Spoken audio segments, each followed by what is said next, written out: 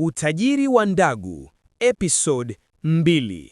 Je, Masafa ataweza kubaki na utajiri wake bila kupoteza roho yake? Siku zilipita haraka kama upepo.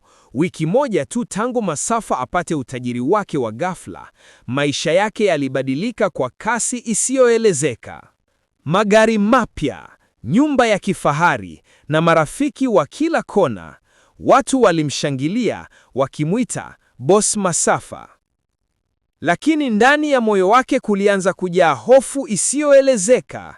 Kila usiku ndoto zile zile zilirudi, sauti ya mzee aliyejawa na vumbi akimwambia kwa ukali, kumbuka ahadi yako, usithubutu kusahau damu ya kwanza.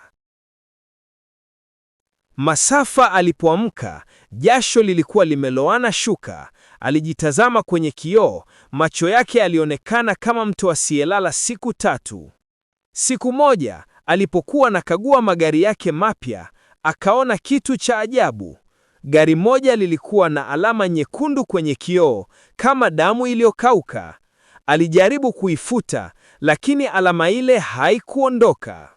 Wakati huo huo, simu yake ikaita. Ilionyesha namba isiyojulikana. Alipopokea, sauti ile ile ya ndotoni ikasikika tena, safari hii ikisema kwa ukali zaidi, muda wako unayoyoma Masafa, damu haijalipwa. Simu ikakata yenyewe.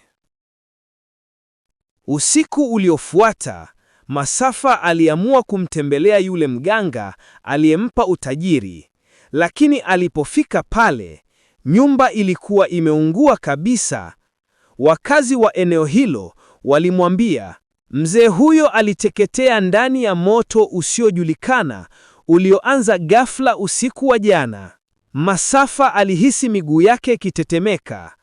Alijua sasa kwamba kilichoanza hakikuwa mchezo tena. Kwa nini ni lazima kule zabuni ya kwanza?